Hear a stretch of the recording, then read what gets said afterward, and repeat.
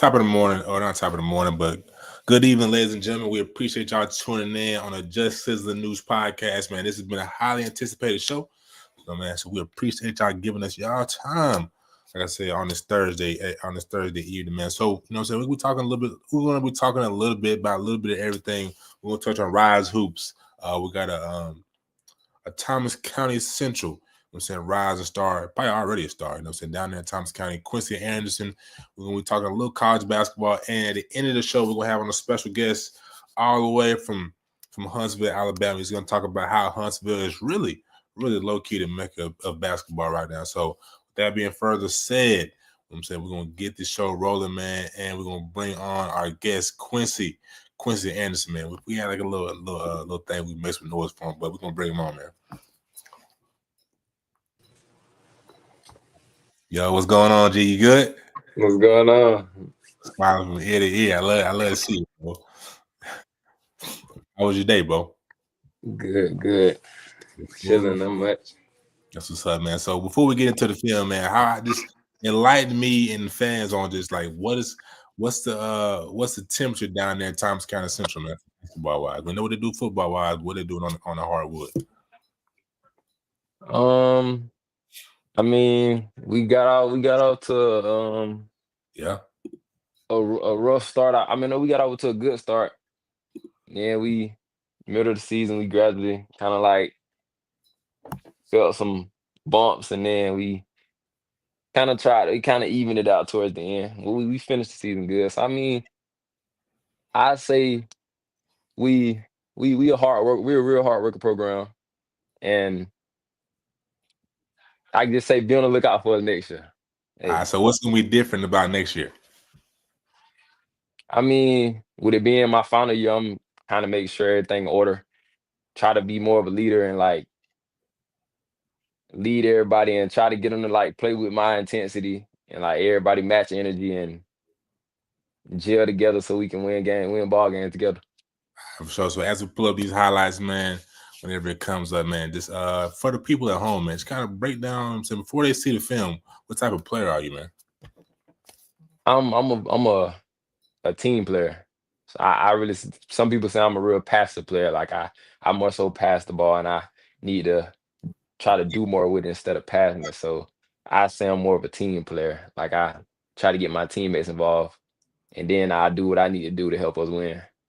100%. So like, yes, sir. We got the highlights of Smooth, man. Shout out to my guy Najeh, man. He behind the scenes. He's doing a lot right now, but he hooking us up. So, do you remember this play first and foremost? Not vividly. You can? But that's the dunk against veterans. Yeah. All right. Hey. All right. So you got so this looks like coming off the wing here. Like they're playing man, nice easy pull up. So like let me see if I can back it up real quick. Boom. And boom. Where am I at? My bad, G. Give me a second.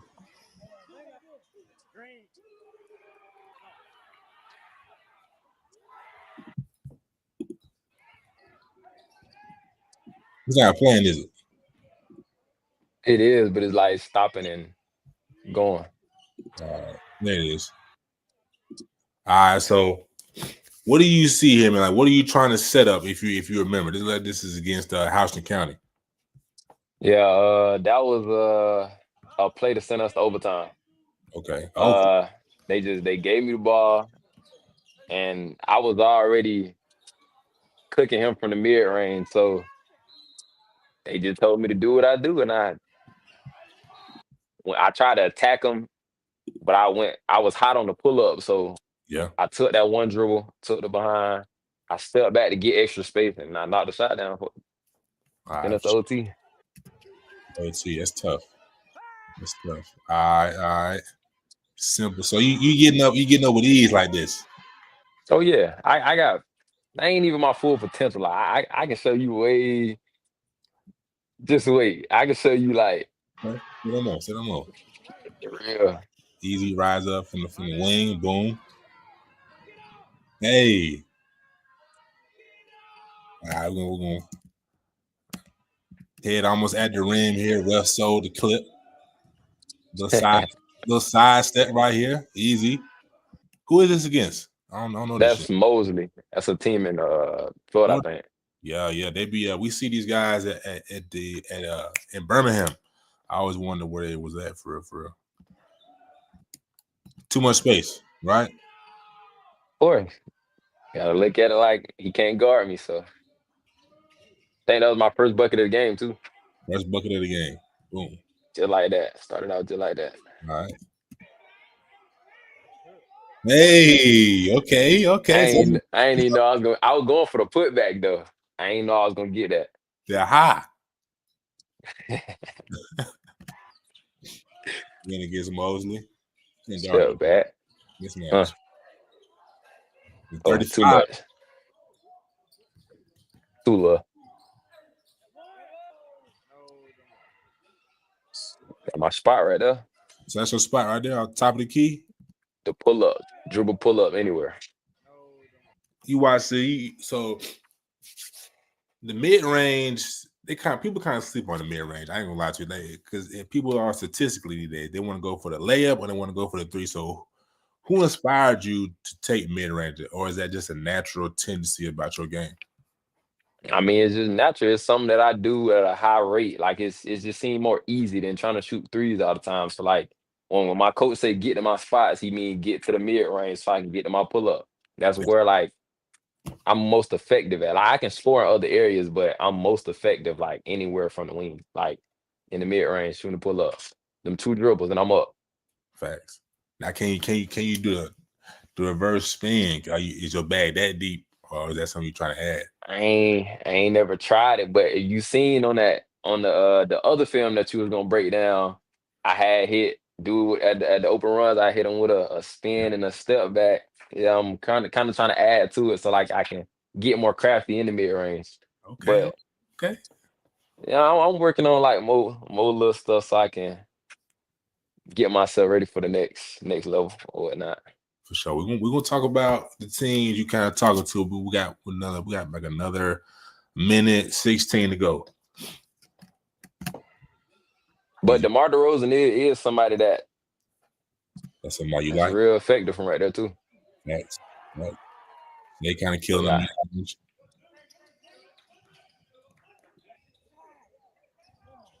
Again, that's like a pull up from 25. He couldn't guard me. It's simple. How many points you had that game?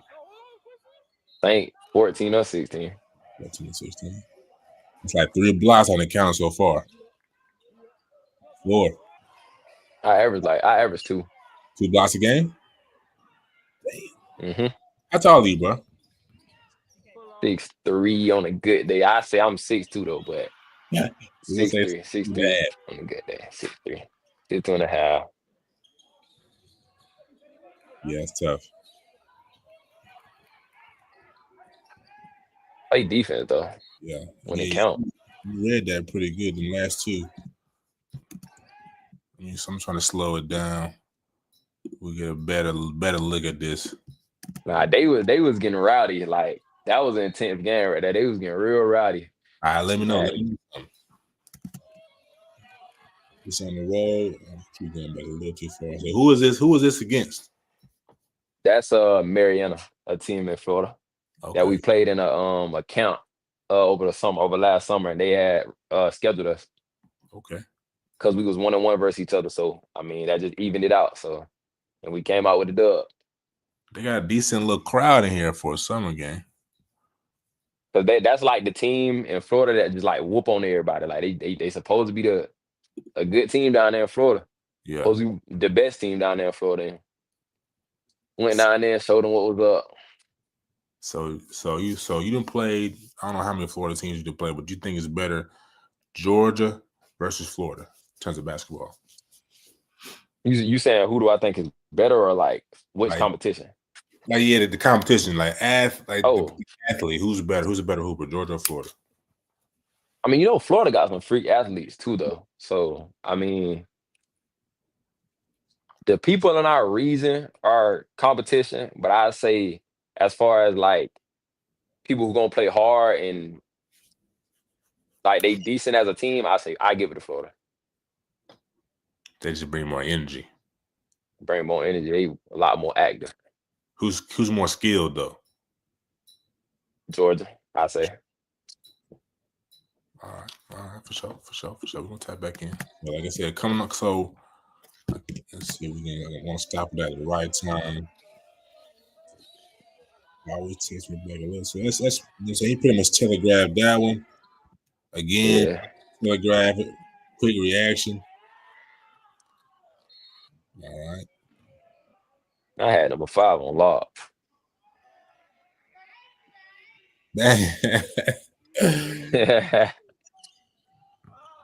Easy. He ain't ready for the ball. I had him on lock too. Better play the passing lanes, bro. Great instincts. Beat him inside here.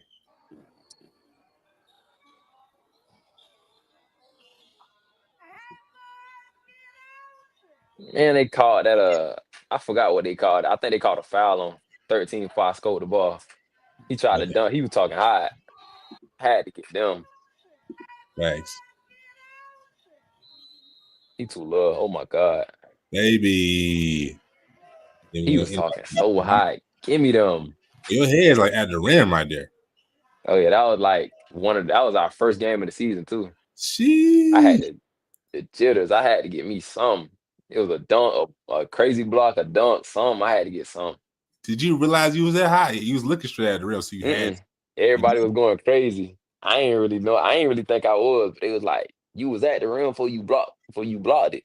And I was like, yeah, he was talking mad high. Him and his teammate before that even happened. That's crazy. Clean block. They called a foul, no? That's insane, bro. That's insane. Let's see if I can back this up. I'm gonna do one more. So, like you said, you watch, you get a little bit of influence from DeMar DeRozan. I'm catching like some Malik Monk. I ain't gonna say you all the way on Malik Monk, but you know what I'm saying, just the side steps. Another crazy block right there. This is one I pulled up first, right?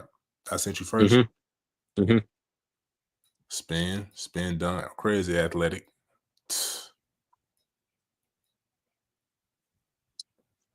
Tween pull up. I can really score when I want to. I just got to do a lot more of it. That's what it is. I think that's my problem.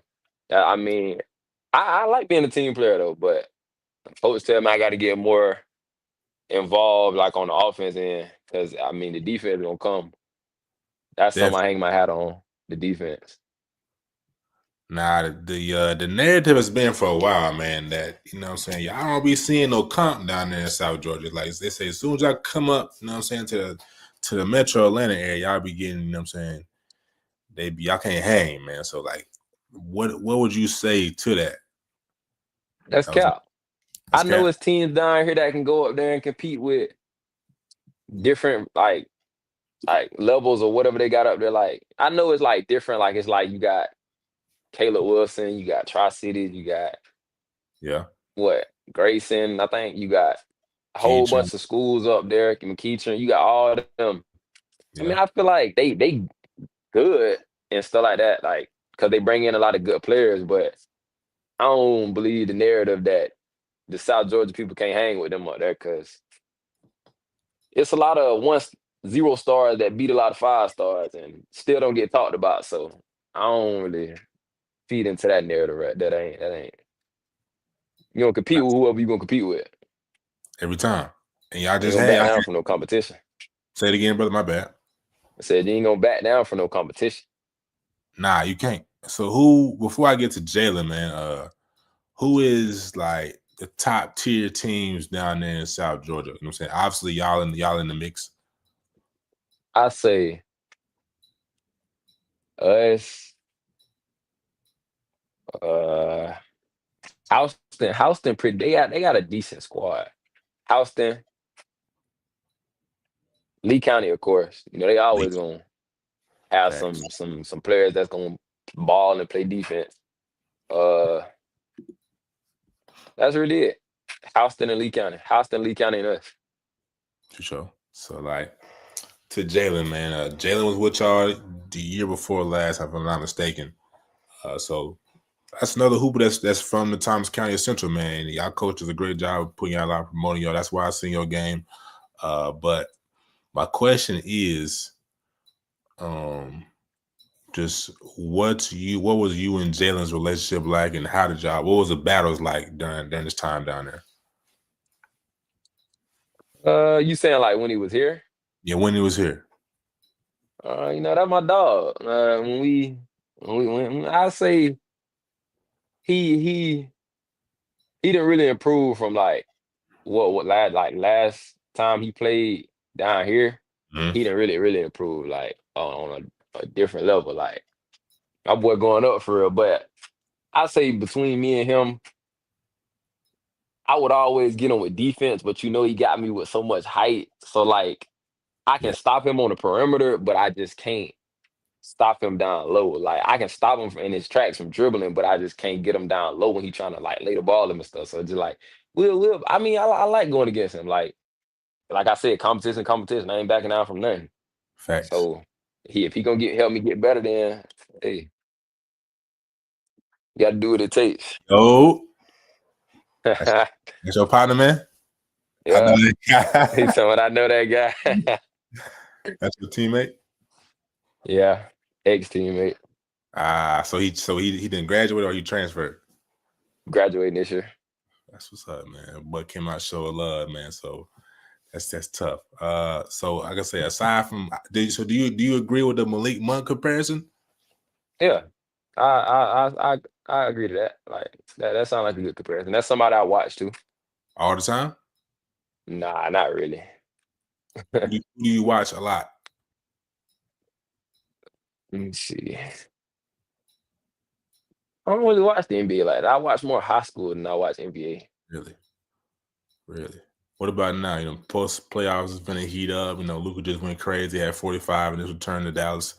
Do you watch? You're not watching them more a little bit right now? Nah, I am. I say I like watching OKC in Detroit a little bit because they're young. Cade, I like Cade. I like who else is out there? I like Ron Holland. Ron Holland, yeah. Ron is nice. Yeah, he coming up. He's still 6-man, right? If I'm not mistaken. I think so. Yeah. But who? So when you say high school, who do you watch? Are you talking about like OTE or like the EYBL Scholastic? They be streaming all the time. Like summer, like a little bit of everything. I watch a lot of AJ DeBonzi. AJ. I watched the McDonald's All-American practice all the way through. Yeah. I watched. Shout out to Swish. Who else? Who's some more top teams? Got the Christopher Columbus, the Boozer twins. Yeah, the Boozer twins. Yeah. Who else you got? Cayenne a little bit. Yeah. IMG. Elijah Arenas a little bit. Yeah, Elijah Arenas. Darius Aker. Yeah. People like them. Yeah, you know the names for sure. But like, where are you going, man? Like, what's your emotion around? What schools are talking to you, man? Where do you see you going, or potentially going? Like some potential teams that you're looking at as you, you know, what I'm saying, transition from your senior year. I really say whatever school looking to work with me and show me that they really like want me to be a part of their program. I ain't gonna really say no like in particular name because I don't really have like a specific like wherever I go is wherever I go. Like it don't really matter to me. I just want to play basketball at the next level and see how far I can go with it. I'm gonna give it my all. So if I can just get to the next level and show the coaches that I belong here, then we go up from there. Yeah, absolutely. Great answer, brother. So for any coaches, any scouts, anybody that's watching right now, man, that can put you on, man, you know what I'm saying? What would you say to them? Why do you belong on a collegiate level, and why should they take a chance on Quincy? I can say you getting a kid with a very high motor, great defensive ability, a knockdown shooter. I can guard the best player, uh, make clutch stops when it counts. You know, let's see something else. I'm just like a great guy to be around. Like I'm a team player, so like if my brother eat, hey, we all eat. If he get this offered, and I'm gonna be happy for him just as much as he'll be happy for me if I get this offer. Like stuff like that. Like I'm just like a team player. Like yeah. Nah, for sure. Stuff like that gonna take you a long way, brother. You know what I'm saying? Not hating, but like that's a big thing. But I had what in your word describe what makes up a good basketball player, you know what I'm saying? How much he willing to sacrifice and your competitiveness, like in your mental. You gotta have a good mental. Cause like if you don't have a good game and stuff don't go your way, I mean you gotta be like mentally strong to like stay in it. So I say tough mental, competitive player, and a hard working player. I'll say that. Tough mentally, hardworking player. How does one, or how did you know what I'm saying, become mentally tough? Because that's nothing that just happens the next day. That comes from, you know what I'm saying, you're hitting the mouth a couple times. You got to respond like, I gotta, you know what I'm saying, keep myself together. I mean, I say like I had to like gradually realize that it's like even though I used to think like I wasn't gonna be as good as I am, and like this may end short. Like I just had to like stay the course and like block out all the noises and like just like keep doing me and keep working to get to where I'm at now. So basically, just like blocking out everything and just focusing on what's in front of me. Gotcha. What's your opinion on AAU basketball, man? Uh, I mean, people say it's like a money scheme. But it's like I feel like if you get around the right coach, no, I mean, of course the money gonna play a part, Yeah. but if it don't go your way, you can't just blame it on the money. So I say if you get around the right coach and the right like team, and you like just take off, you can go up just like all these other 5 stars going up. Like it's just like it's ups and downs with AAU. I mean, me personally, I mean, I feel like you should be able to just go to camps on your own and like build your recruitment up there, or you can do AAU. So like it's like either or. Like AAU is like it really don't matter. Whether you do or you don't. It depends on the team. Who you playing with this year? Nobody right now, sadly. Did you play with anybody last Still year? looking. Yeah, I played with Gold Elite last year. Goldie Lee, how'd it go, man? Let us know how it went, man. I mean, I would say I would say in my head I was the best player. And the coach would tell me I was like one of the best players. But it's just like I don't feel like I showed it as much as I should have. Like on the defensive end, always because I hang my hat on defense. But the offense, again, like I said earlier, like my coach told me I need to get more involved on offense. The defense gonna always be there. And rebounding too. So I would Yeah. just say I just needed to get more involved on the offensive end. And like maybe when a coach did show a baseline, like I turn my defense up a couple more notches, rebound some more, you know. Yeah, So yeah. Sure, I can see you. I'm saying you said you hang your hat on defense and rebounding the hustle. But like, so what are you doing differently this offseason, man?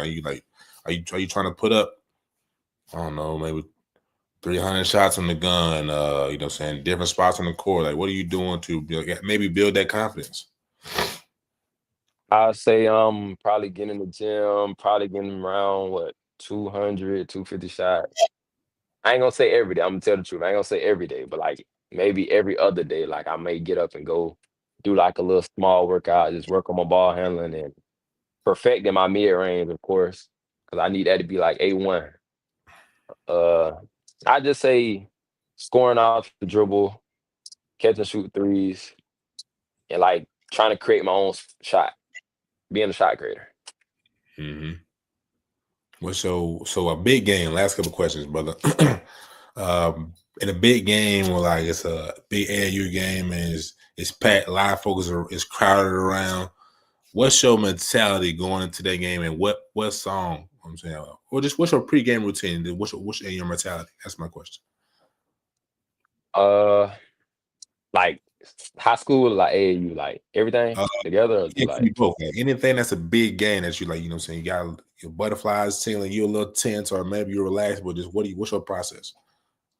like when we played Lee County both times, like of course they got some like names, some like top names that's over there. So like I was looking forward to my matchup. Like I would get in, finish watching the girls play, then I get in, I stretch out a little bit, I get dressed, I start listening to my music till like it's time to hear coach talk.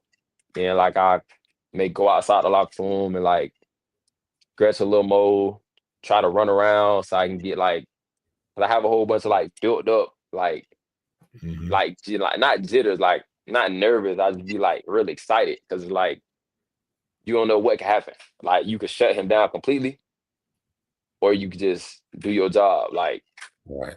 and I was just more so focused on stopping him from scoring, and then worrying about like my scoring. Like my scoring would come. So I say nothing much. Just might eat a few pieces of candy. You know, get my energy up. Just get hyped and stuff like that. Get hyped with the guys, and yeah, tip off. You Tip ready to off, go? for sure. So like put me on game, man. Like, or not put me on game, but what coaches put y'all up like that, man? I'm saying, and I'm saying, what's your relationship with him or her? My coach,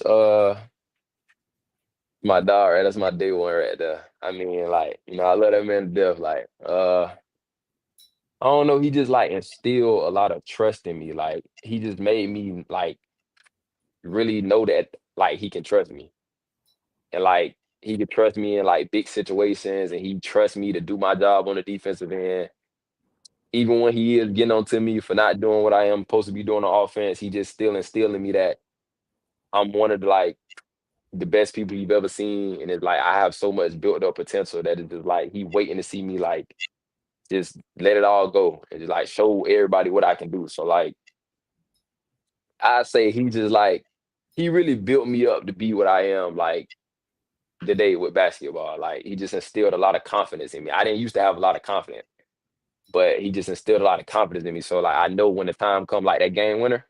Yeah. Before that, I wasn't doing nothing like that. That game right there, I just took it in my hands because we was down. So I was like, okay, I'm gonna do what I do to try to get the win. So I mean, he just instilled a lot of confidence in me. Sheesh. Q3. Appreciate the $2, man.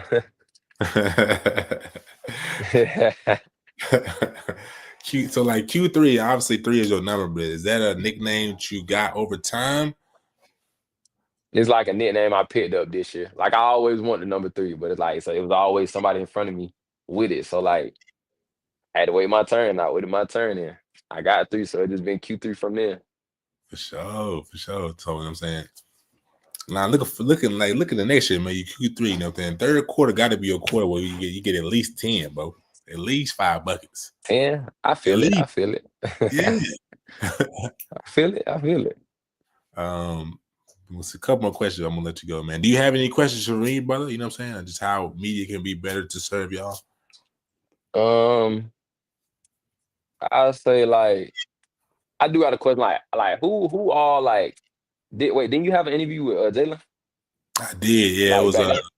yeah, like couple like last spring or yeah, something like that. Yeah. And like another question, let me see. What like top players like that has like been on this before?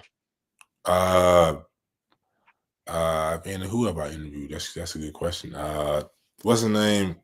From Clark, Athens. Play with the Clark Keith, Gillespie. Marcus Gillespie. Play with Cole Hearts. He's been okay. He just the one that just committed to Georgia? Nah, Mark. I don't think Mark just committed. Mark, he got another year. If he committed to Georgia. Then shout out to Mark. That's news to me. I did not know that. I think that's what I seen. I'll look it up. I'll look it up soon. But him, he's been on here. Jalen. I interviewed Chloe from South Carolina. Dang, who else? I'll be forgetting some of the guests. Basketball wise, right? Not football. Yeah, basketball wise. Any coaches like that been on and talked? Nah, no basketball coaches. Raheem England. He's a trainer. He did some. He's more of a player development. But he's kind of a coach. We're gonna. That's the plan to get some more coaches on. We eventually want to have like y'all play Lee County. We would love to have y'all head coach on with Lee County's head coach and kind of, you know what I'm saying, just a little something new, man. But yeah, so we'll definitely do it. We've had some big guests on, you know what I'm saying? We've had Quincy, on too, so that's another big name on the list for sure. Any more questions from you, brother? Nah, I think that's it. But now, I think that's it. Saint _Sean tapped in and said smooth. But I gotta, so like at the end of your senior year or at the end of this summer, let's do it end of the off season, man. What's gonna be the buzz around Quincy? And you can sort of do this summer since you don't have an AAU team yet, and end of the senior year. I'll say like I'm gonna try to do my best to like get my name out there for like all the coaches to know like what they missing out on. So like I'm gonna just try to do what I can do in like the behind closed doors, 100%. Put in the hard work, and when it come time June like live periods, I'm gonna try to show them what I'm made of. That's why I like to hear that Mamba mentality, man. Y'all come up to June, man. Definitely hit me and Najeh in the DM, man. We'll come up there to see y'all playing at Rise, man, for sure. We'll show some love, man, for sure. Okay. All right, man, brother. So like I said, I appreciate you coming on, man. Film is elite, man. The brother's on the rise. Hesitation, pull up for mid, can play defense. Got a great instincts for the pass lane, man. He gonna get a rebound and he gonna block a shot, and most definitely he gonna get a bucket, man. Before I let you go, man, where can they tap in with you on your socials? And on your social, man, Twitter, Instagram. Instagram. You can follow me on Instagram at 2tough.q3. That's really it. Like the Twitter there, so yeah, that's really it. Shout out some teammates. Who else on Thomas County should we look for, bro? I shout out my boy Kobe. Hey, y'all need to get on him. That boy, he real bucket, 3-level scorer. All right, that's my dog. Him. And Eric Love the third. Eric Love the third. Yeah, I see him. Yeah, he was the leading scorer this year for y'all, right? Mm-hmm. For sure. Shout out to Eric. And I gotta ask you about Jaden. Jaden, man, just dropped his top 10 not too long ago, final 10. You know what I'm saying? So what's our relationship like, man? Yeah, that's my brother right there. Real talk. That boy a dog. I ain't gonna lie. That boy, he got some unreal bounce. You think you seen me jump? Yeah. That boy, hey. Yeah, be on the lookout for him too. Football and basketball. Nah, for sure, man. Y'all gonna go up, man. Y'all our boys stay down, man. It's gonna be a big season this year for Yellow Jackets, man. Like I say, man, I appreciate you coming on, brother. Keep doing your thing, and we will definitely tap in with you soon, brother. Keep vibrating high. All right. Yes, sir. Peace, brother. There you have it, folks, man. We appreciate all the comments, man. I appreciate that. Nah, I didn't see Coda. We had Coda on here, brother. I don't remember having Coda on here. Maybe we did. I know you had him on here. So yes. So shout out to Dakota Soda, man. Shout out to Wheeler. But appreciate Quincy for hopping on. Shout out to head coach of Thomas County Central for always tagging me in the clips, man. They got a lot of talent brewing around there, man. He does a great job of getting his kids out there, getting them seen. So like I said, we appreciate everybody who tapped into the comments. We're gonna talk about some more hoop news as my co-host handles business right now before he comes back on. We'll get ready to share some more information with y'all from the Rise hoop scene. They had to stop. They stopped in Warner Robins this weekend, man. And they shouted out. Let's see, who's the team? Push Sports, man. Not Push Sports. Provision. They won the 17U championship down there for Warner Robins in the Rise session. While I'm on, I'm just gonna go page to page. I don't want to have my boy working too hard. But the standout player for Provision was Devin Nelson.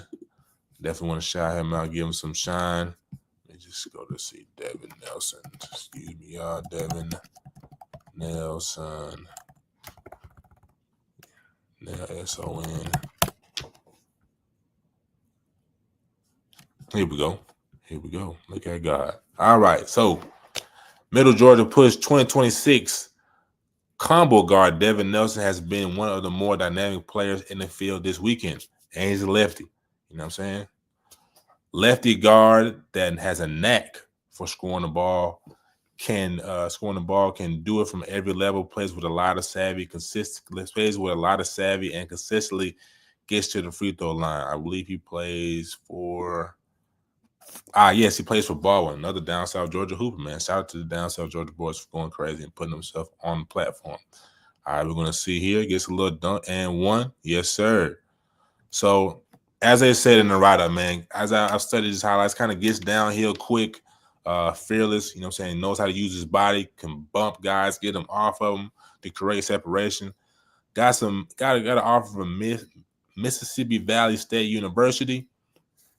I think was that his first D1? My first D1 offer, man. So he's definitely doing good things. Definitely want to shout him out. Got made All-State for the coaches. Coaches, let me see. Let me read this the right way. Started coaches All-State team. That's a major accomplishment for sure. That's Baldwin High School. So we definitely want to shout out Devin Nelson, a name to watch. 2026 6'3" point guard, man. This is his information for everybody who's tapped in and knows where to put that information. Definitely tap him in and get at him. So the hot topic, we're going to share another one, is Darren Peterson is a new. Yo.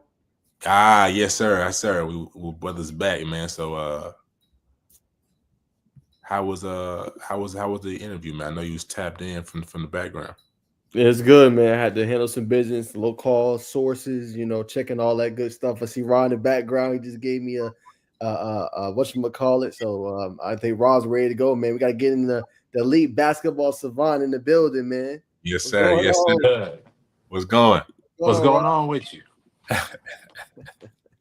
We had to bring you on, man. Appreciate you coming on. I know you're a busy guy. Yeah, for sure, bro. It's all love. Yeah. My boy Ryan for sure. So we're gonna get right. You caught yourself. I heard you. Yeah. Gotta keep PG. Go ahead, baby. So like I said, man, we got actually we're not gonna do the Darren Peterson thing. Actually, we're gonna do the Darren Peterson thing, brother. So Darren Peterson is #1 player in class 2025, has surpassed AJ DeBonson, man. So when you saw that news, man, just what were your thoughts, brother? We'll start with you, bro. He's just putting in work, man. He's probably not even worried about the ranking. 100%. Yeah, he's just putting in work, man. Biggest thing with athletes, like, it's one thing to just be like a fan, and it's another thing to be like really in it, bro. Like really putting in the work, man. Like every day, like every time you see him, he either headed to the gym or he just left the gym. And that's what it takes, bro. Like on a consistent basis. I don't care what sport you play, really. Like if you want to be the best, like #1 in anything, you gotta put in the work, bro. First and foremost. 100%, brother. You know what I'm saying? We're gonna start with you, brother. We're gonna tap into your story. Like I said, I met you in college, brother. You know what I'm saying? You was on the team, Dalton State College, with Coach Engel. So R.I.P. RIP, yes, sir. That's a legend, man. For the folks who don't know. Hall of Fame, Georgia Hall of Fame. Definitely. So, you know what I'm saying? You know more than anybody. So just tell us about your journey, man, from being a player and now being a player development coach, man. Walk us through that. And it started out like I always been like a point guard, had like a point guard mindset. So it just translated like life after hoops, after being a player. It was just an easy transition because I already was doing it. Like no matter what team I was playing on, I always was like, yo, go to the corner, like, yo, cut through, hey, make sure y'all go to sleep tonight, man. Don't go to parties or whatnot. You know what I'm saying? Like, hey, let's get in the gym tonight, man. Let's get in the gym in the morning, bro. Like, it's cool, bro. Yeah, I know you want to hang out, but like, yeah, let's get up, bro. Let's get up. Go on, put the work in. I've been like that. So it's really I've been a coach, bro. It's just now I'm finally transitioning to being a player development coach. I always was a coach on the floor. It's nothing, bro. Like it's just natural to me, honestly. Like I really don't even feel right without being somewhat of a general. Like that's just me. It's just in me to do that. Like that's just how I am, bro. 100%, man. Even before you know what I'm saying, you transitioned to Huntsville, brother. You started out training in Dalton. So you started out training the guys on the team, man. So and you told me on the phone, you really didn't even know that it was going to catapult you to where you are now. You were just, like you said, just being yourself, being a leader. So the spark came. Okay, like my pops, he got a crib in Mapleton, and we got a gym in Austell, right off Six Flags Drive, the epicenter. Mm-hmm. I was going in there, just working out. When I get to the crib, just working out, staying in shape, keeping my mind right. They had the sauna or whatnot, and I was running into trainers. But the whole time I had my apartment up in Dalton at the school, getting ready to graduate, finish up, So I get back to the school, I'm like, man, Atlanta is crowded, bro. Like, it's a lot of trainers, it's a lot of everything. Right. In Dalton, I'm looking at it like, man, I can really start off with the top players in Dalton, which are the collegiate players or the pros. I couldn't really find any pros, so I looked to the collegiate players. Like, shout out to Booby from New York, the Bronx. Shout out to Cornelius from Birmingham. Yeah, they believed in me. So they're like, yeah, man, OG, he'll teach us and whatnot. Uh, so yeah, we getting in the gym, working out. Then Coach Ireland, he the head coach now. He's like, hey, you wanna work out some of our players? You wanna be on with the squad, whatnot. So that didn't work out because I ended up moving to Huntsville. One of my parents live in Huntsville. So I always had a vision. It just wasn't clear on like exactly what, like and where, just putting it down, how I'm gonna put it down. So, but I seen it in Huntsville. Shout out to my pops. He was like, man, like you can go to a smaller market and really get it cracking. Like, don't sleep on the smaller markets. I'm Mm-hmm. like, man, I'm not trying to go to Alabama, bro. Like, I'm not even gonna cap you down, bro. I'm like, nah, pops. That's not nah. I'm not even trying to push up to. But yeah, it ended up being the best decision I ever made. Shout out to Pop. So, um, yeah, it started out at Dalton State. I did that for like 2 months before I left, and then it just took off, bro. Like I just hit the ground running. I had friends, that are already connected. I've been hooping since I was 5 years old. Like, so I was plugged in already. All I had to do was just show up. So that's how it went down, bro. 100%. Before I throw it a notch, man, you in Huntsville, man. You're in Huntsville. We were talk, you know what I'm saying? Huntsville is low key a rising mecca of basketball, you know what I'm saying? You're down there, Keith Porter's from there. Joe Tipton, Huntsville, you know what I'm saying? It's in his bio. Caleb Holt. Caleb Holt. Caleb Holt. He's from Huntsville. And you know what I'm saying, Chase McCarty, who you know what I'm saying was on the bench playing for Houston. You know what I'm saying? So just do you think Huntsville is a mecca, and why should people pay more attention to Huntsville, Alabama? I feel like it's just progressive, bro. Like Huntsville really about getting money. They don't really get all the credit because it's not like a major city yet. But if people do their research, it's one of the fastest growing cities in America. Like, and it's been that way over the past decade. So it's growing, it's coming along, they building up, and they just got a broader mindset opposed to the rest of the state where it's like, all right, play football and just we stuck on one thing. You know what I'm saying? Huntsville, like we trying to compete in everything, Like it don't matter what it is. Like they really trying to compete, bro. Like, so it's really easy here because it's especially with the girls. They got a top AAU team, one of the top programs of all time. Southern Stars. Shout out to Doug Bush. The program director. Yeah, man, it's kind of easy, bro, to really come across great talent and just like committed people that's devoted to their craft. It's smooth, bro. So it's on the rise. Like I said, the number one player in Georgia right now is from Huntsville.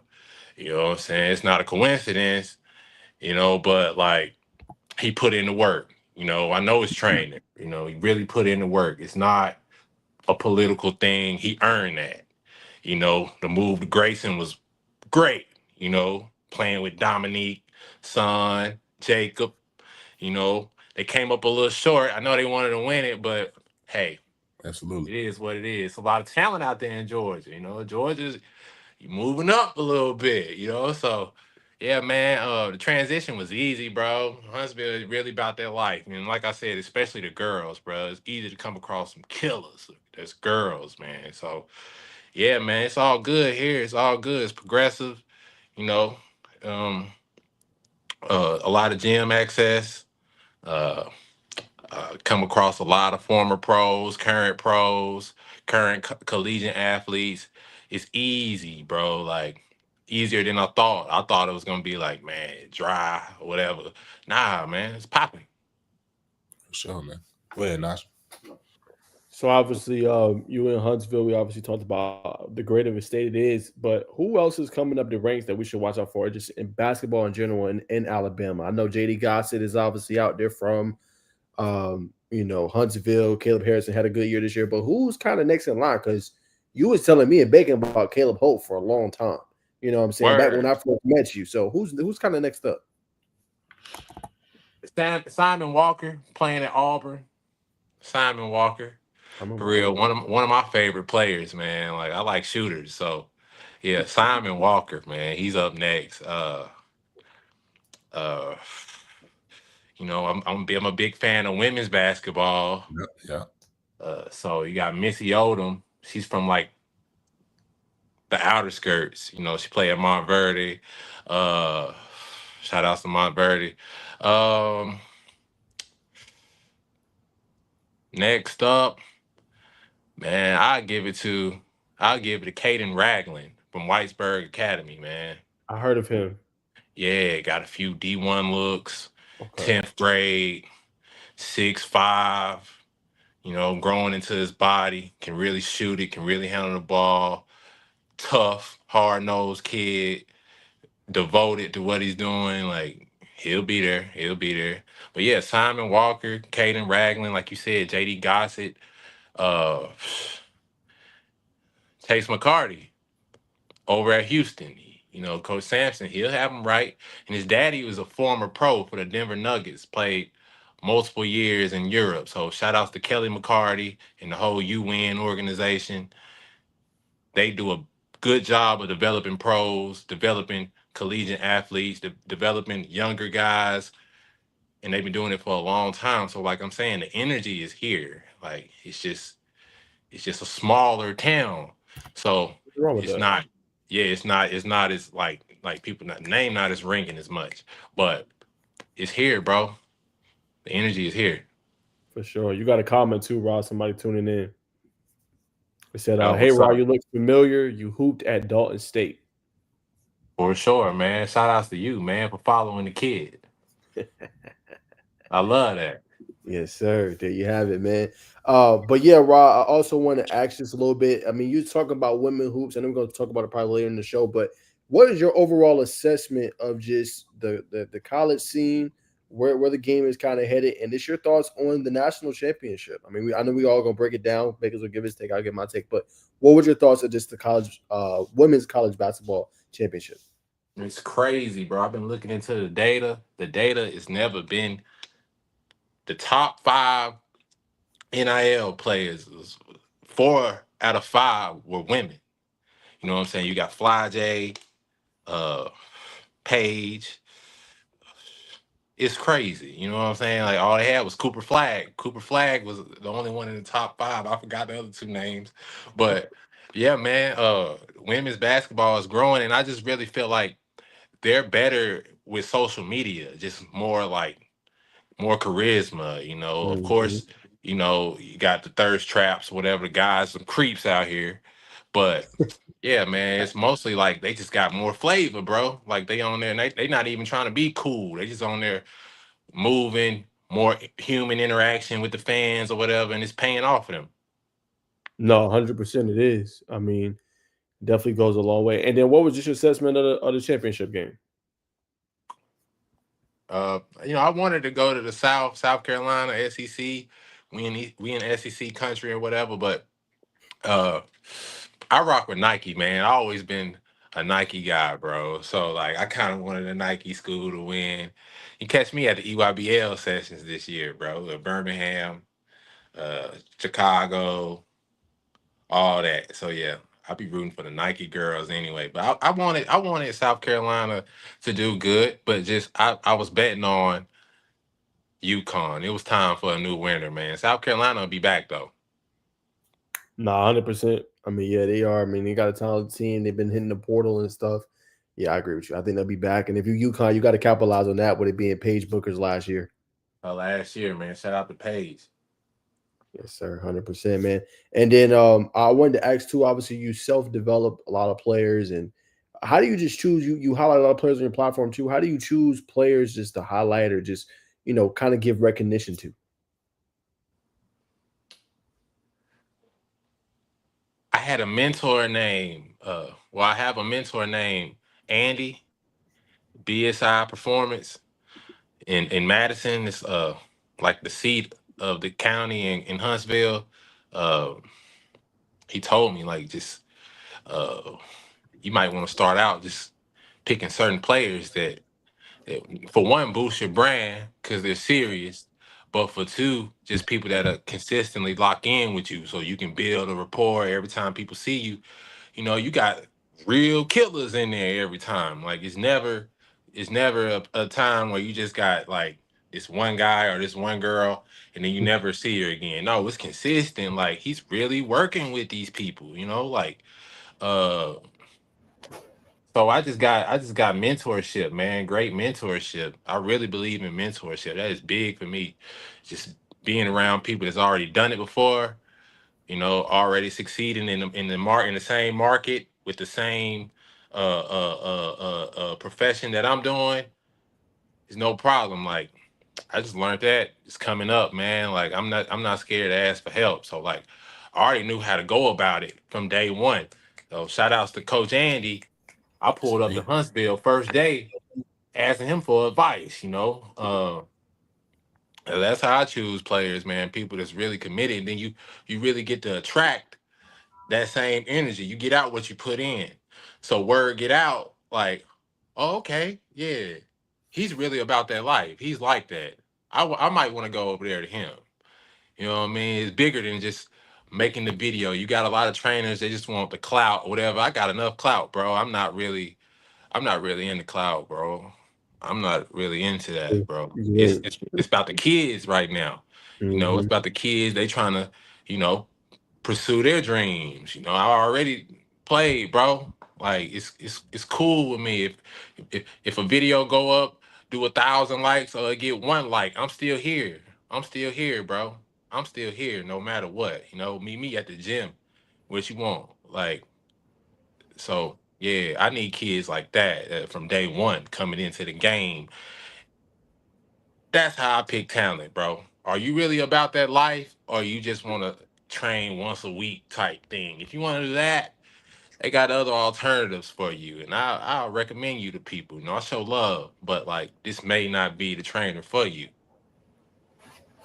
You have it. I want to hit on the point you talked about, which is obviously mentorship and just how you go about it. You see, you learned it young, but just what are some of your mechanisms and how you approach different people? Hey, I'm looking for this. Can you, add or let me know if I'm doing this correctly? Because sometimes people will be closed off and don't want to give you advice. Just me and Bacon, to be personal with you, like we struggle a little bit navigating that space with just getting help. Now it's not that we haven't asked, we have, but a lot of people, gatekeep, whatever it may be. So, what would just be your advice to find maybe a mentor and just have somebody you can kind of depend on that's been in this space for a while? Staying confident no matter what. Staying confident. So you can always develop a plan without having a clouded mind. You know, you want to have a clear mind. Stay confident no matter what nobody says. And even if it's something you didn't like, take it as not personal. Mm. Just use it as motivation, you know? Maybe they told you that to turn you up.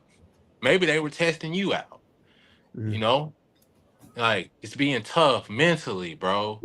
Not being so soft, you know? It's like, you may upset somebody yourself without even knowing, bro. Like, yeah, they might not have liked what you said, but you didn't mean nothing by it. So, like, I just try to stay confident. I always been a confident guy. Um, and it also comes from being like just growing up in the hood, the lower income area, just where I always was seeking for advice that I couldn't get in my community. You know, they can only do so much just knowing what they know. So I'm taking game from them. I'm taking game from the other communities, and I'm making my own little game. You know what I'm saying? So like, don't be afraid to branch out. I don't care if you've never been there before. That means you should go over there. You should go over there and try it out. You know what I'm saying? Like you might learn something you didn't have no clue about, man. You never would have knew it if you didn't broaden your horizons and expand your mind, bro. You gotta try new things, bro. You gotta try new things, bro. That's my biggest advice, bro. Try new things. Like, don't be complacent. There you have it, man. Appreciate you, Rob, for obviously going in detail explaining that, man. Great piece by you. Definitely learned a lot from just that. My last one before I throw it back to Bacon, man. Just want to ask this. You've seen a lot of hoop, man. It could be Alabama, it could be Georgia, it could be Chicago. Just who are some of the best hoopers you've ever seen play? Personally, like play against. It Uh, could be okay. Yeah, let's do it like that. Played against, and then who you've actually coached and you've seen in person. I played against coming in prep school. Anthony Davis. He was like unreal, bro. Like I'm talking about like 1, 2, you know, 1, 2, 3 moves, 1, 2, 3, 4 moves. You know, like it's crazy, bro. The bag was crazy. They saying he was soft. I don't know if he's soft or not. When I seen him, he was hardcore.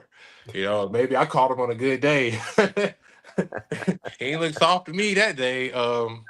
Anthony Davis, uh, Austin Rivers, uh, Chris Jones from Memphis, Tennessee.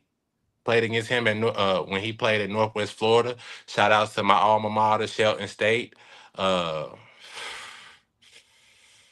top players I ever played against. Avery Bradley.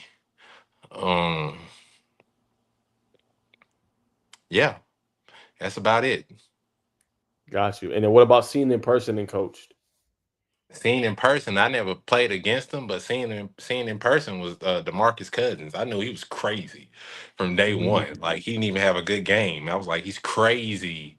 He's crazy. Why is he bringing the ball up the floor? What is he doing? He's crazy, bro. Like that's crazy, bro. Especially back then. It's like 2009, 2008 type thing. I'm an underclassman coming in. Shout out to the class of 2011. I'm looking at him like, wow, bro, like what is going on? But actually training Javen Johnson from the Golden State Warriors, um, Mm. Geraldo Lane.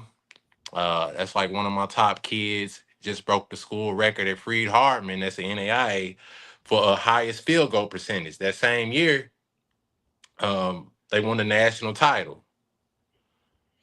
This year, all Mid-South Conference. So all conference teams. So shout out to Gerardo Lane, real Huntsville native. Top players. Travis Daniels, man. Travis Daniels won the Bulgarian championship. MVP. Been playing in Europe for multiple years. Travis Daniels, man. Shout out to Travo. My former teammate at Shelton State too. Jordan Johnson is a future pro. That's Jamin Johnson's younger brother. Yeah, so it's already in them, the DNA. The mentorship, he got the same like network, play over there at Georgia Highlands, but recently into the transfer portal. So we don't know where he's going. Isaiah Fuller, Harry Malone, it's a kid with like 10 scholarship offers, 2025 kid. Can't wait to see where he signs. Yeah, they're my top guys right there. Big Nate. Big Nate, Big Nate over there at Union College. He just graduated, man. Shout outs to Nate, dog. Uh, but yeah, like I said, I just started, bro. Like it's on up. Yeah, it's on up right now, bro. Like we get into it, bro. So like you might catch me at the end of the summer, and I'm on some whole other type time. So yeah, for real though. Shout outs to everybody I didn't mention. Yeah, that don't mean nothing, bro. Cause they on the come up too. Facts. I give it back to you, Bacon. For sure. Corbin Johnson was another one, you know what I'm saying, he definitely left out. But Corbin Johnson, fact. Yeah, he didn't show up today. Corbin, where were you? Where were you? He's a future pro too. Yeah. Where were you, Corbin? I hope you see this. Most definitely, but you know what I'm saying, we talked off camera multiple times. You know what I'm saying, you don't get here, like you said, without going through different experiences, bro. So we talking heavy, talking on game, man, motivating the youth. What challenges have you faced over your career, man? What's been some of the toughest things you had to overcome that's molded you into the go-getter you are today? First and foremost, bro, the transition from public school to prep school. Like leaving home, leaving the nest, going to another place around kids I don't know. I'm already type having this pushy attitude, like not necessarily a bad kid, but like I got somewhat of an edge, so I'm around other kids that feel just like me. I really didn't want to do it, but I had a great AAU coach, and they just persuaded me to go to prep, bro. So like when I went to prep, I ain't gonna lie, like the first maybe month and a half, it was tough, bro. It was kind of like I was in college already, but 17, just mad young type. So, yeah, man, biggest thing was like transitioning from prep. And I feel like that molded me to being like a real killer because I was like a year ahead of everybody. Instead of my senior year playing public school, I'm traveling the nation playing against the top talent in the country. So like, yeah, tough. At first it was kind of tough. I'm playing against length that like I'm not used to. Like, wow, it's another 6'5", 6'6" guard just like me, guarding me. I'm not the biggest guard on the court anymore. But my first year in college, I struggled, bro. My first year in college, even though I was mentally stronger than everybody, the transition from college to high school was a little different for me because I really didn't understand like just playing solely off the pick and roll. And they thrusted me into being the point guard ever since I was 17 at prep. Like I said, I always like a floor general. So that was like my first real season, like my first full season playing point guard against pros every night. Like prep is different. Like they're kind of young. They may be a pro one day. The college guys is more like buff, like a little more mature. So like, yeah, man, I was coming off an injury too. I had strained my IT band. My IT band was a little messed up, but I didn't complain, bro. Just played hard, ended up winning conference, went to Kansas, lost, did that 2 years in a row. Then I ended up at Dalton State. So yeah, every year in college, my first 3 years, every year in college though, we were top we were the top team in the conference. And 3 out of 4 years, I won the conference. So I always been a winner. But the biggest struggles was like I just said, just leaving the nest early.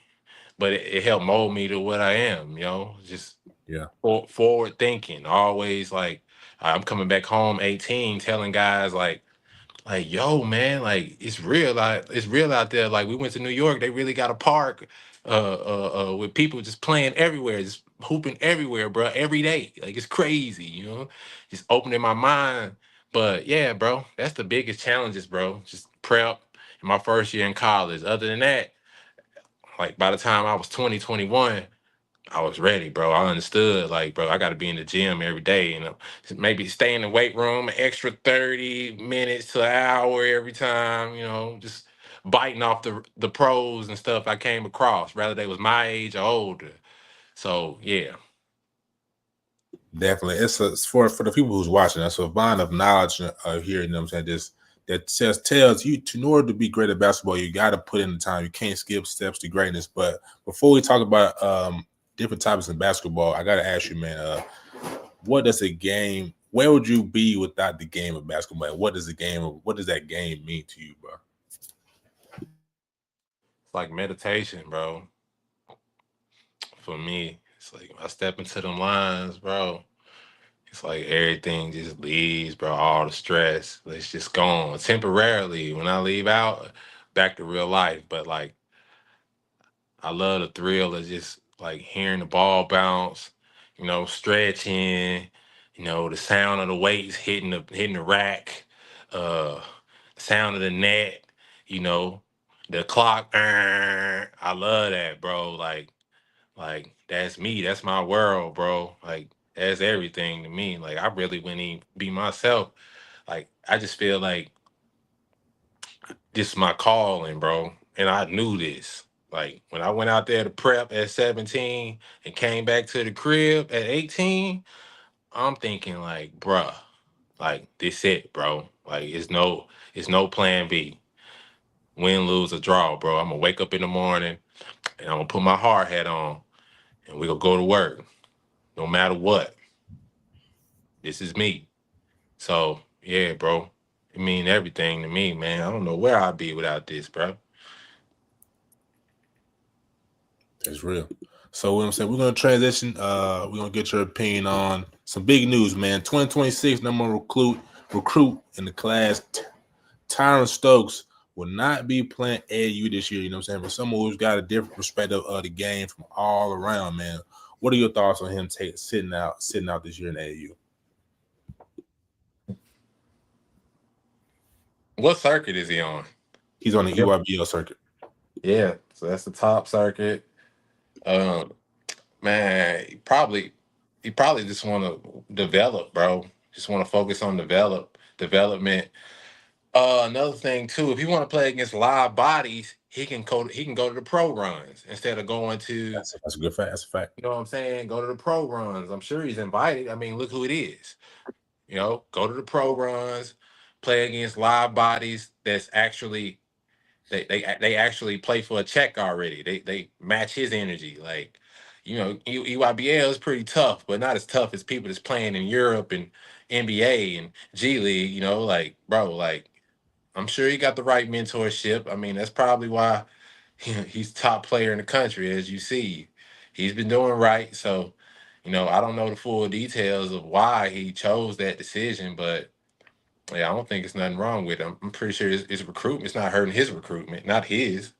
He's not one of them. Like he's like that, and yeah. So yeah, he got a plan, bro. And AAU, another thing about AAU, you got a lot of cap going on in AAU. Like people just like really just doing quick little money grabs, lying to the parents, selling them a dream or whatever. So you really got to be cautious of who you deal with in AAU. My suggestion, if you're not playing on one of them circuits, your best bet is playing pickup at the crib like 50% of the time, and the other 50% of the time working out in the weight room and on the court. You know, oh my bad, watching film. You know, kids don't really watch the game a lot, Absolutely. but They as you don't. get as you get older, you know, I ain't talking about no highlights, man. A highlight is set up for them to look like better than they are. Like they didn't show the missed shots and the turnovers and you know what I mean, the time he didn't cut through when he was supposed to, and I really look at the details, the nuances of the game that other people aren't doing. If you really want to be something different, you got to be different.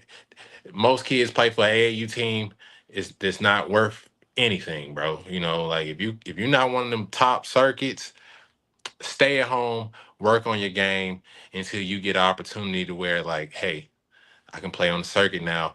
Now I'm gonna travel with these people. If not, you better off just going to showcases, man. Sandy Spill, Southern Hoops Report or something, bro. Don't waste your time and your money and your energy every weekend running around playing for nothing. Losing. No, that's a great point. I agree, man. He probably just wants to. He probably wants to work on this game. I'm sure there's probably some underlying reasons, but Najeh, I want to bring you in this one too. Obviously, just when you saw this news, what do you think? Do you think he was? Because you seen him last year play. You know what I'm saying, what's your perception? Yeah, I mean, I think it's good for him. Like Ross said, I mean, he's the top recruit in the country for a reason, right? But like Ross said, I think he wants to embark on a new challenge, right? Last year in the EYBL circuit, he played with DeBonsta. They came up just a little bit short. The Boozer twins and obviously Caleb Wilson. I just think he wants to ultimately get to the NBA.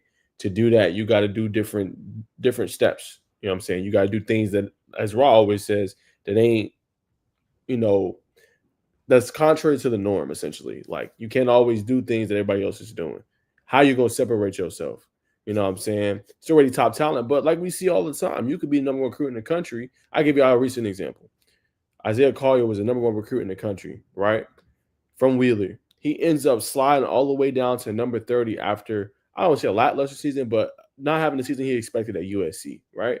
So at the end of the day, it doesn't matter to a degree, sure. But you don't, my whole point is you don't want to top out and number one recruit in the country. It doesn't matter, right? You rather be a guy that's underrated, you know what I'm saying, still continue to develop, got to your arc when you in the NBA, not before or prior, right? Of course, you want the NIL bag and all that. I get it.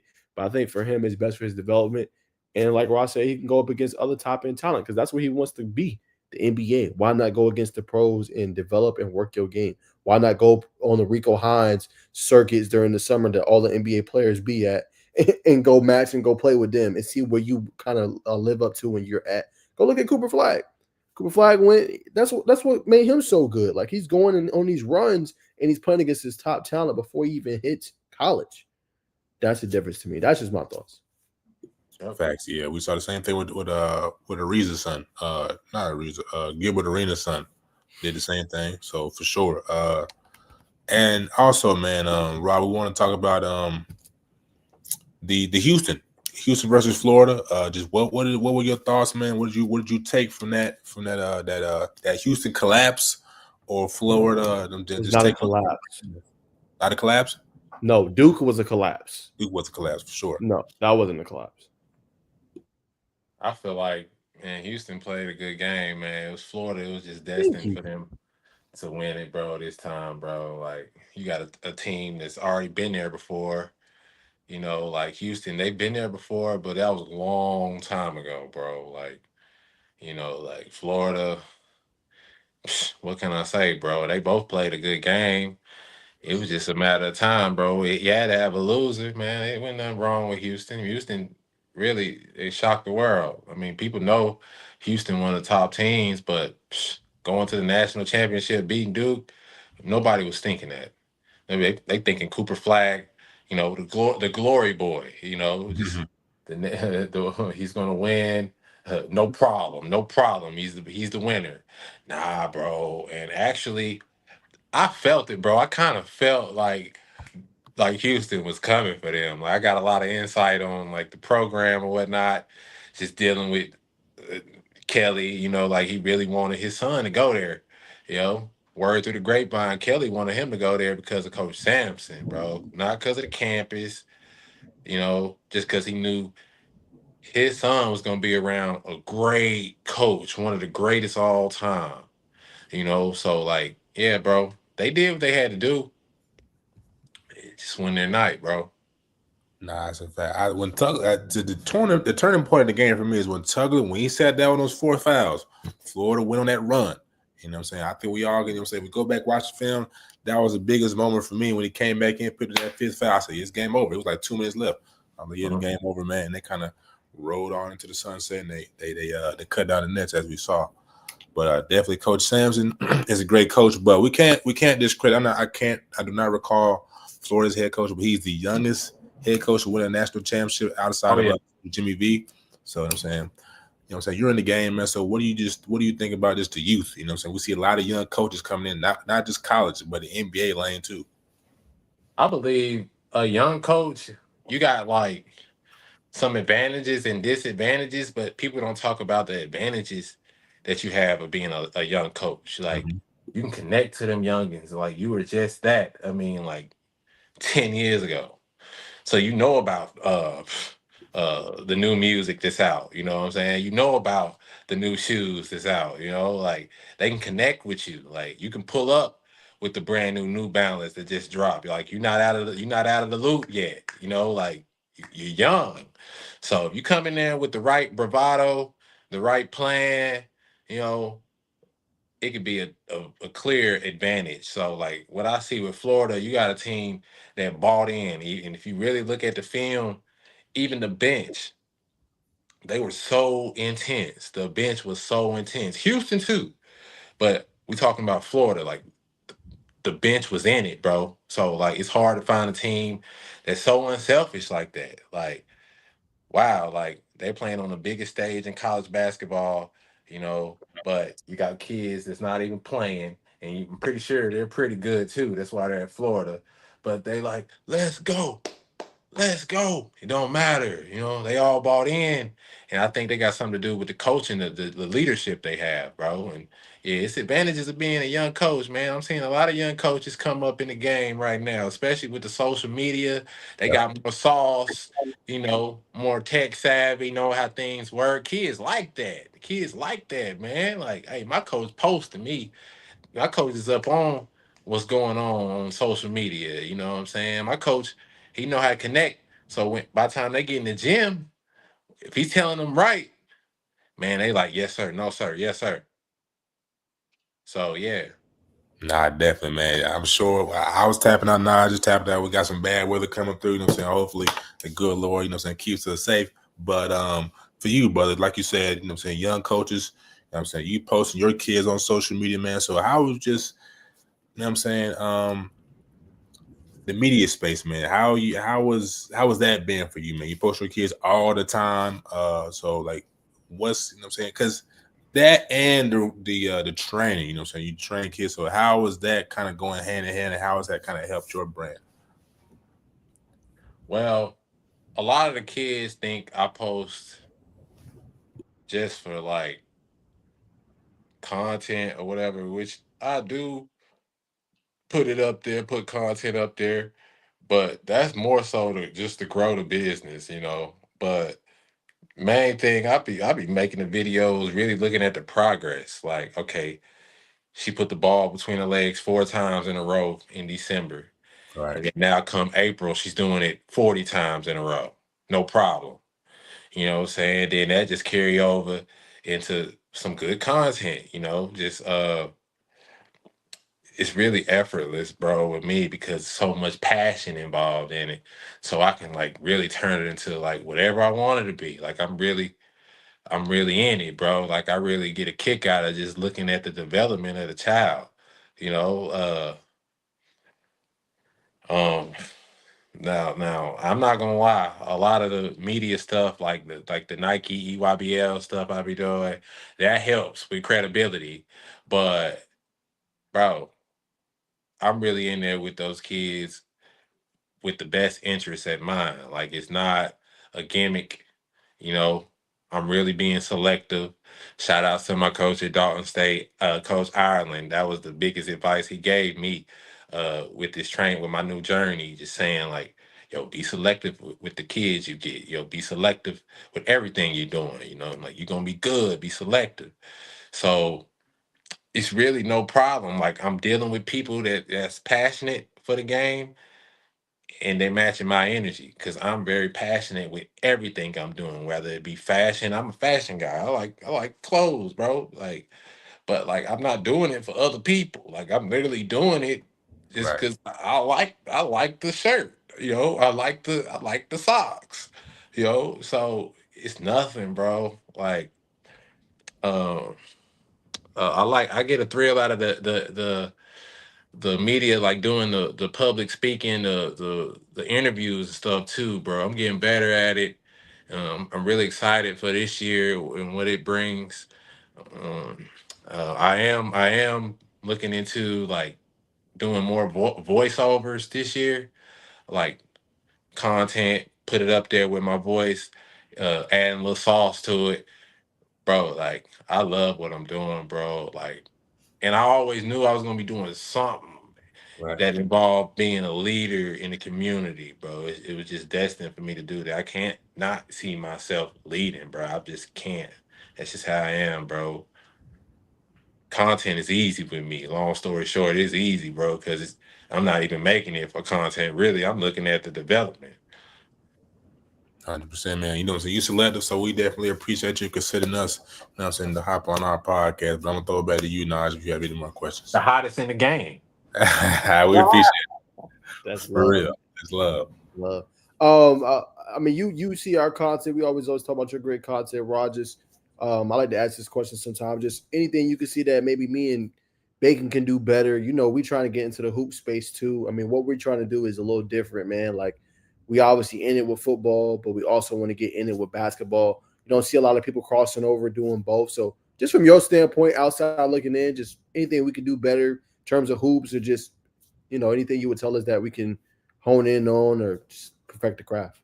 Man, just keep pushing. Keep going, bro. Like, don't put your foot off the gas. Look, bro. Nobody's gonna go harder for you than you. Like, so if you ever feel like you're in a slump, like a creative slump, you know, or writer's block, something like that, that means turn up. Mm-hmm. Yeah, that means turn up. That's exactly what that means. That means turn up. Whenever it feel like it's getting hard, that means go hard.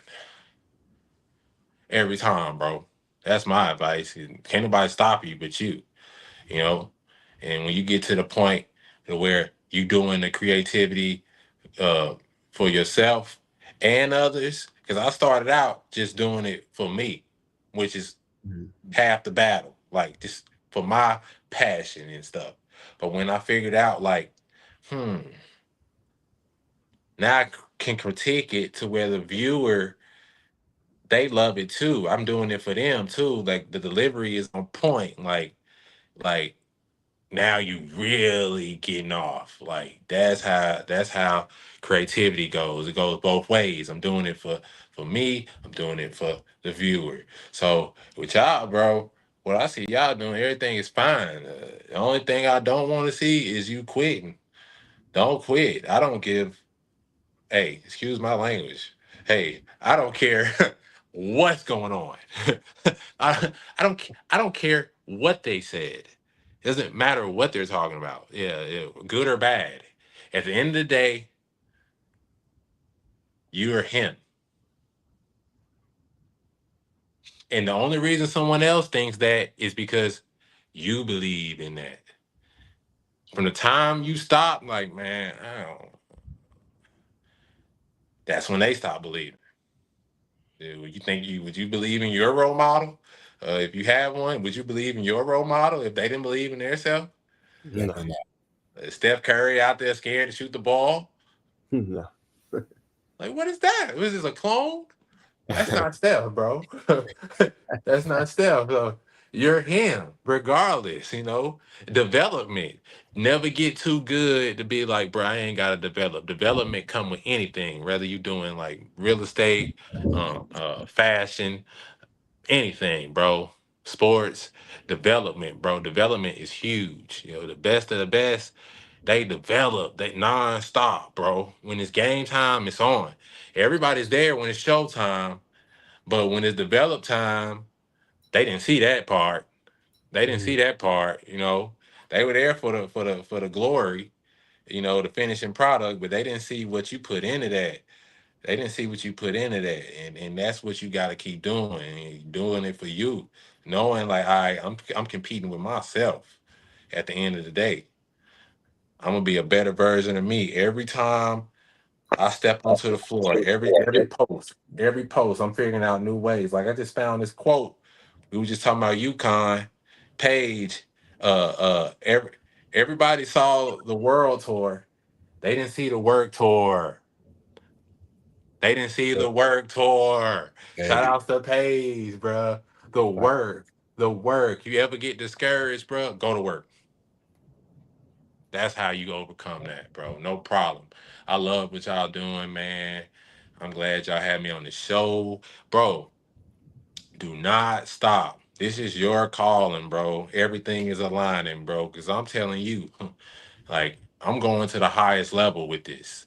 You know, what I'm doing, I'm not satisfied with what I'm doing. Like, this is cool and all, but, like, this is, like, the premature stages of what's about to happen. So, like, run this back and make another reel out of that 10, 15 years from now. And he's like, whoa, he really called it out. You know what I'm saying? Excuse my language again, but I'm just being pure. I don't know how else to do it, bro. That's me, bro. Like that's what we I want. don't regret it, bro. That's me, bro. Like I'm all the way in, bro. And like I said, 1 like, I'm here. 1 million likes, I'm here. I love it, man. But nah, that's our pod, man. We want you to be yourself, man, your authentic self. We don't want you scapegoating or being something you're not, man. Be authentically you. Like that's what we want this pod to be, a shared space. Anybody come on and players, just be yourself, man. I think Bacon, me, you can relate to that when we did that interview with Jonesboro, not just Coach Domo this week, but when we talked to John Tavius and Cortez and Jamar at the time, and I felt like that was one of the best interviews. No, to Rod's point, I didn't get the likes and all that stuff, but no other platform where you see players being themselves like how they were that day. You know what I'm saying? Everything else is, you know, hey, recruiting, this, that. Them boys was authentically them, and they gave us so many nuggets that day. So I definitely pay homage to that, and that is the platform I want to be just in terms of the pod, man, for real. Word up, bro. Hey man, like you always say, vibrating high. You definitely came on here and vibrated high, brother. So we appreciate you coming on here and bestowing us with you. I'm saying with your knowledge, and we'll definitely be tapped in, brother. Man, thank you for coming on once again. Oh, before we go, but where can they follow you at? IG, Twitter, so wherever you on Facebook, you on everything. I'm on everything, man. Type in the kid, bro. Raheem England, bro. Just type me up, bro. Google me, bro. I'm really out here, bro. Like it's really, I'm really like that, bro. Like Raw Digital 247, bro. Like Raw Digital 247 on all platforms, bro. It's popping up, no question, bro. Like we popping out. It's really like that. So yeah, follow me, man. It's and if you don't, like, you'll see me anyway, bro. I like that. Appreciate you, brother. You know what I'm saying? We'll definitely be tapped in, man. Like I said, enjoy the rest of your night, brother, and keep doing what you're doing, man. For sure, man. Love y'all boys, man. Yes, sir. Much love, brother. For sure.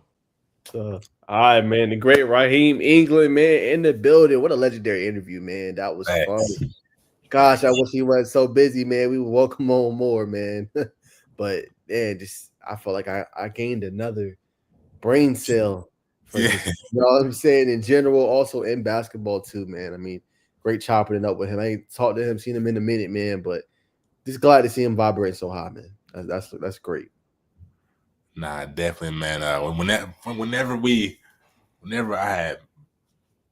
he was there at the tip-off class, I said, yeah, you gotta check him out, Raw. You know what I'm saying? You gotta sniff him over. I just real talk though. I like you gotta see what he's about. He's a good brother. You know what I'm saying? But you know what I'm saying, Raw, you know what I'm saying? Raw said, yeah. But nah, he's solid, brother. He's solid. You know what I'm saying? So, but if you want to talk about that experience, because I know what he's like, you know what I'm saying? It was different, you know what I'm saying? So just, you know what I'm saying? Yeah. Nah, I mean, it was unexpected, but in a good way, though. I mean, Sure. that's how Ra is, though. He's authentically himself, but he gonna put you on game with stuff. Like even that day, I felt like I had learned a lot because I'm coming in soaking wet. I told you I'm trying to get more in the hoop scene. Yeah. I'm still fresh. Like I'm definitely more seasoned now. Am I where I want to be? No, in terms of reporting and all that stuff. I still have a long way to go. In hosting and stuff, but he put me on game with like Micah Smith. I didn't know who that was. Caleb Wilson. This is before Caleb Wilson became Caleb Wilson, right?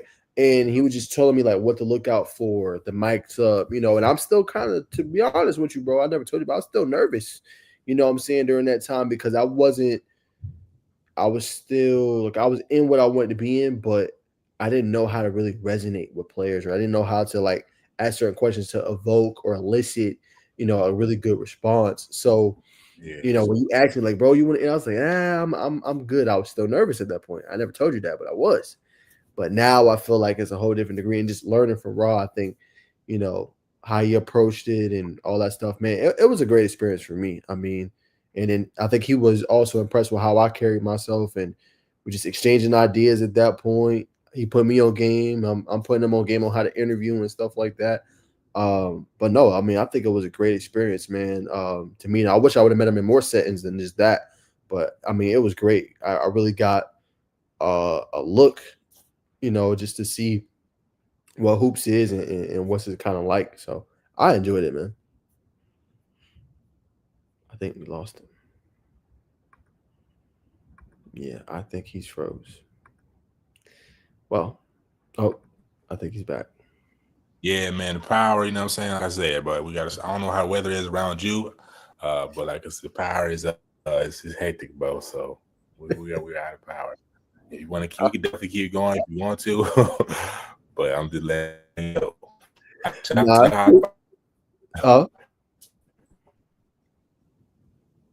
What'd you say? What'd you say? Nah, I said shout out to the hot spot.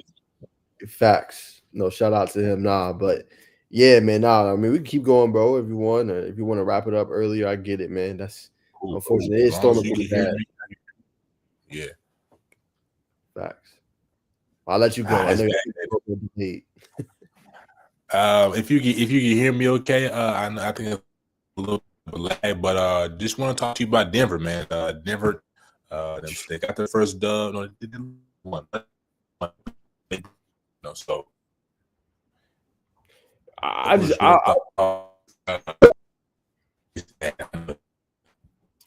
yeah, I mean, I just don't know what we're doing, to be honest with you. When we talk about the NBA, and I mean, I think I've seen a statistic from ESPN. 4 of the last 6 coaches that have won championships are no longer with their teams. I mean, I know it's player driven, it's player heavy, but when did we start firing coaches right before playoff runs? Like Memphis fired their coach, and then obviously you had Nuggets fire Mike Malone. I mean, he just won a title in 2022. You know what I'm saying? Mike Budenholzer won a title with the Bucks. He gets let go. Like, I don't know what these teams are really looking for. In terms of that, I just it's mind-boggling to me, because how does that help? A lot of people say, oh, it was getting certain treatment, and Westbrook, I'm saying, was getting preferential treatment too. But I just think, man, I get it. I know it's player driven, but at the same time, man, we gotta, I think, do a better job of, if a coach is winning, Like, they a number 5 seed right now with a chance to potentially get a top seed in the West, and you're gonna cut loose because of what happened. If you have to cut them loose, do it after the season's over. Yeah, that's what the plan was. They decided to cut it prematurely for whatever reason. I think it's more to the story. If you're asking me, I don't think you'd fire. Why would you fire both? Number one, but they said he lost a locker room. They said that they might have talked to Jokic. He might have given the head nod, because why would you not check it with the franchise? So it's a lot of. I think it's a mystery, but it'll probably come out in a documentary, or it'll come out in the offseason, one of the two. Facts. So we didn't. Let me see if I can pull that up. But we're gonna take a look at the potential bracket, if you want to say that, for the NBA. We'll kind of give that our take on that, and hope the internet will stick with me, and we'll kind of wind down early, ladies and gentlemen. But as we see, early playoff picture, you know what I'm saying? We'll start with Atlanta. Atlanta versus Orlando. I'm a little nervous. I don't know if we got it. We saw we lost to them the other night. Chicago, Miami. In the plan for the West, we got the Kings versus Dallas, and 7th versus 8th, Memphis versus Minnesota. That's very intriguing. But we'll start with Atlanta, man. Do you think Atlanta has what it takes to get past Orlando? I don't know. Orlando's had kind of an up and down season this year. They showed some strides. A little disappointed after they were the top seed last year. Atlanta's been playing well recently, to say the least. Obviously, Ricochet is coming on. He's been playing at a high level. Obviously, got Trae Young and company. I mean, I think they could get past Orlando. They will play Boston, so I mean that won't be easy. You know what I'm saying? Or if they play the Cavs, neither matchup will be easy. But going on the road, I mean, they're gonna have to be locked in, shoot the ball efficiently, defend at a high level. It is tough because the Magic, but they could make some noise in that one.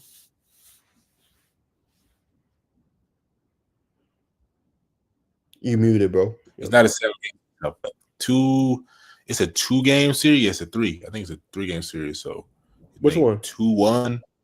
The plan. I've seen the plans for 3 years now, and I'm trying to.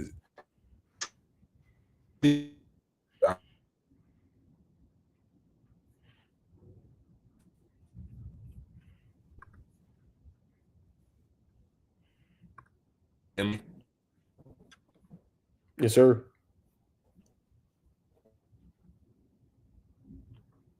Three games or 2 games right to advance. Just one. Can you hear me? Yeah, I can now. So if you're a 7 seed, just one. You need 1 win. If you're 8 seed, you just got to beat the 9 and 10. Now, if you're a 9 or a 10, so if you're a 10, you got to beat the 9. And then if you're the 9, you got to beat whoever's left, the 8 seed. You know what I'm saying? So if you're in the 9 or 10 spot, you got to win 2 games. If you're the 7th or 8th, you just got to win 1 to advance.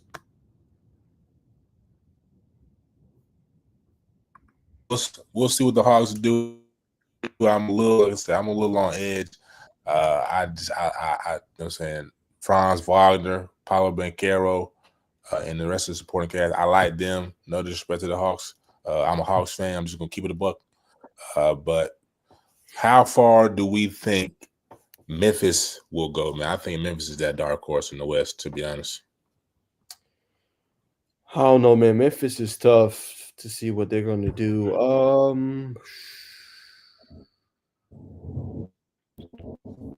I mean, so I'll put it like this. If they play Houston first round, I think they can make a little run. They probably make a run, maybe start some people make a conference finals. If they're going to play OKC or if they play the Lakers or something like that, I think they're going first round.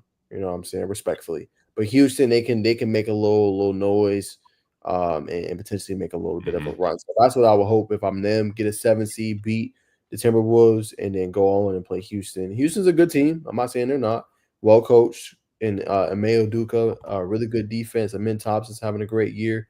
But I think that's the path I would want if I'm Memphis. And they're actually playing right now against the Timberwolves. There you go, brother. So a couple more topics and we'll get out of here, man. A dark horse in the East and the Clippers. Let's talk about the Clippers, you know what I'm saying? So dark horse in the East, and how far do we think the Clips will go? So dark horse in the East, if I had to be honest, I'm gonna go Pistons. I'm kind of I think Shaq said it on TNT.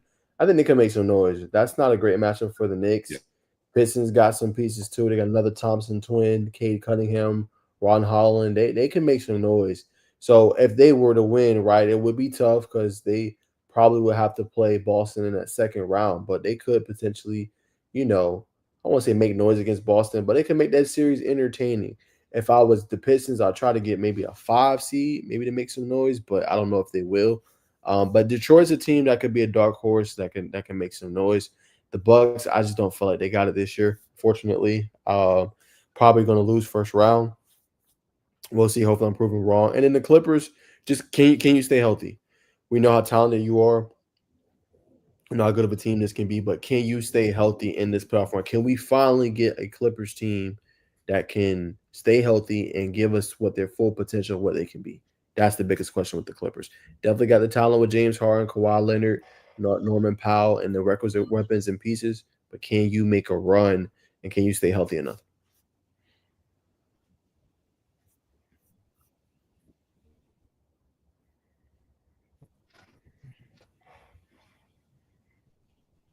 Am I coming through? Yeah, you are now.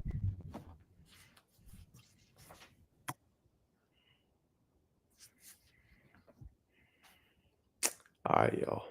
I think Bacon is struggling with the connection. His power went out. Yeah, man. So that's going to conclude the Sizzling News podcast, man. I appreciate everybody tuning in. Again, we let Bacon run the show because he's the hoops expert. I know a little bit about hoops too, obviously, but appreciate y'all tuning in to another Sizzling News podcast episode. We'll be back on Monday with more. We'll have a treat for you guys. We're going to bring on a Georgia Tech fan / expert. Just get a little bit of their mindset, what they kind of just think about the program and the team. The spring game is on Saturday as well. They've been doing it for a while, but After Swarm is going to come on the pod on Monday. So we'll talk to them then, and then we'll be back with our Hoops podcast again next Thursday. Comment anybody you guys want to see on the show, and we appreciate all the love and support, man. We'll be back with another one on Monday, and obviously another basketball podcast on Thursday. We will see y'all then, man. Appreciate you tuning in to the Sizzling News Pod. We will see y'all then, man. Peace.